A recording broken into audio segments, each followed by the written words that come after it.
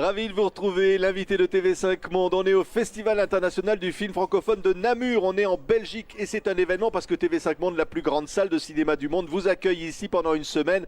Et Nadine Labaki est la présidente du jury cette année pour ce 28e Festival international du film francophone. La francophonie, c'est une forme de militantisme pour vous, la comédienne, la réalisatrice libanaise, Caramel et Maintenant on va où, tous ces grands films. C'est-à-dire que effectivement, mes deux films ont été produits en grande partie par la France, bien qu'ils ne parlent pas la langue française. C'est des films libanais, mais ils sont soutenus par la France et évidemment la francophonie est quelque chose de très important au Liban. C'est-à-dire que presque tout le monde parle français, presque tout le monde est francophone, dépendamment des milieux. Évidemment, on est plus ou moins très bon ou moins bon, mais c'est quand même quelque chose de très important dans notre pays. Ouais. Alors, la francophonie dans le cinéma, le Festival de Namur, c'est parti.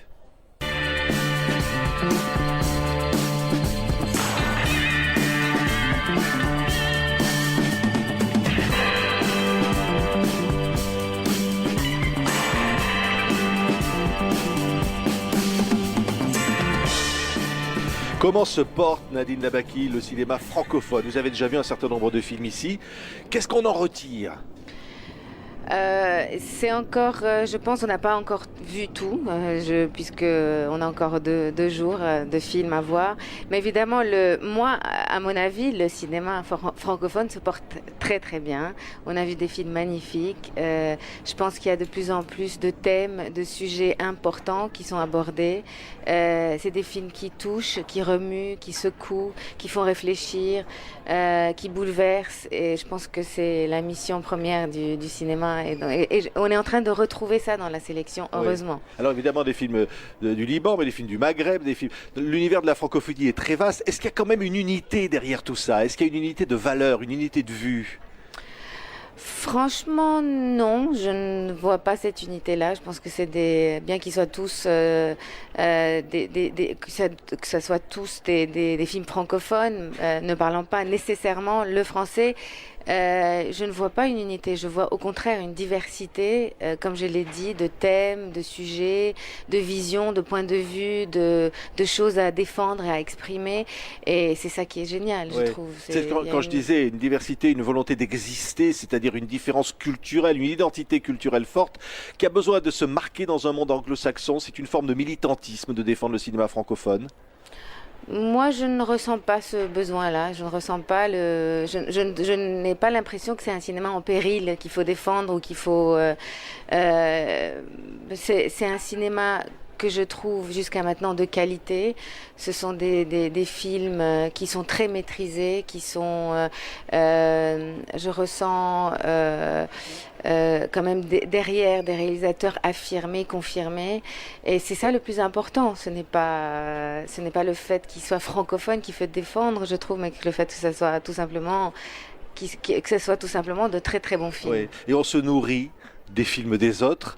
Lorsque Évidemment. vous faites évidemment Caramel, vous aviez été au Festival de Cannes, et puis maintenant on va où? Vous traitez de votre pays évidemment, parce que votre pays est là, la source c'est le Liban, les conflits religieux, la situation des femmes entre autres, mais vous avez l'écho de tous ces thèmes dans d'autres films, dans l'espace francophone, et vous vous dites, vous vous nourrissez de ça? Évidemment, chaque film qu'on voit, chaque film qui peut faire réfléchir ou ouvrir les yeux sur quelque chose dont on n'est pas nécessairement conscient, c'est une nourriture. C'est ça que j'attends en tout cas. Quand je rentre dans une salle de cinéma, excusez-moi, pour regarder un film, c'est ça que je recherche. C'est cette espèce j'ai envie d'en sortir, changer.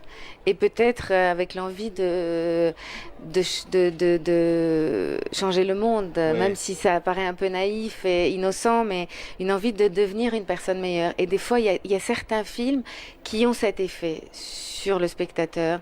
Et heureusement d'ailleurs, je pense que le cinéma, pour moi, est vraiment l'une des armes les moins violentes, mais les plus efficaces pour changer les choses autour de soi. Oui. Donc c'est ça que je recherche aussi en regardant un film. C'est marqué ces dernières années l'actualité, les printemps Effectivement. arabes, le Liban en proie évidemment toujours à des soubresauts politiques. Tout ça est à vous êtes à l'écoute de tout cela en permanence. On est une éponge justement en Ouais. tant qu'artiste et ça nous inspire. Et c'est une relation très contradictoire, très complexe avec le pays, avec toute la région. Je pense que c'est une région où il y a beaucoup d'injustices malheureusement et ça ne risque pas de se résoudre prochainement. C'est quelque chose qui va prendre du temps.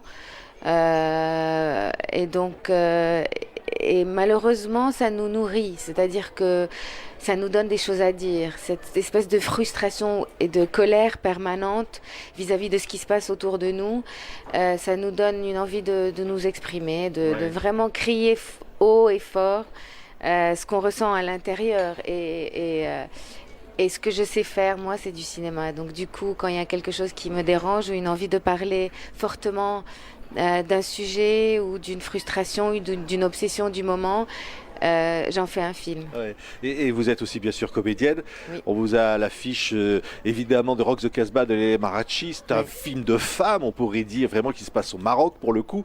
Mais comme femme, vous vous dites là, il y a ce regard féminin aussi des femmes francophones dans le cinéma.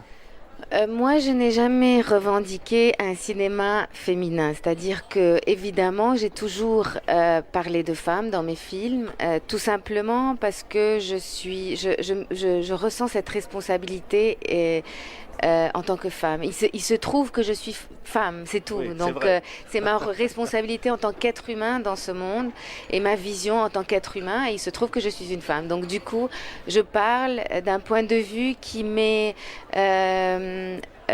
comment dire, instinctif et normal, donc, et authentique et vrai. Oui. Euh, Mais donc, c'est pas plus dur pour une femme, c'est ça que je voulais dire. Vous avez démarré avec le Festival de Cannes, vous avez pu travailler, préparer Caramel, votre premier film. ouais. Mais c'est pas plus dur ou c'est, j'allais dire autre chose. Ça peut être surprenant, mais je n'ai jamais ressenti la difficulté de mon métier parce que je suis une femme. Je vis dans un pays, bon, dans le Moyen-Orient. Ça peut sembler surprenant qu'on a cette espèce de liberté, mais c'est vrai. C'est une liberté, malheureusement, souvent apparente, mais elle existe. C'est-à-dire que derrière tout ça, il y a quand même encore beaucoup de choses à régler, beaucoup de tabous, une relation très contradictoire et complexe avec la famille, avec la société, avec la communauté, le regard de l'autre qui pèse lourd.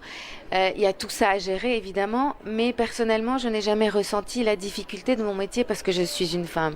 C'est tout simplement un métier difficile. Ouais. Je pense que c'est aussi difficile pour un homme de faire des films, surtout dans cette région du monde, au Liban, où il n'y a pas d'industrie du cinéma. C'est très dur, c'est vraiment une guerre à chaque fois qu'il Ouais. faut faire un film.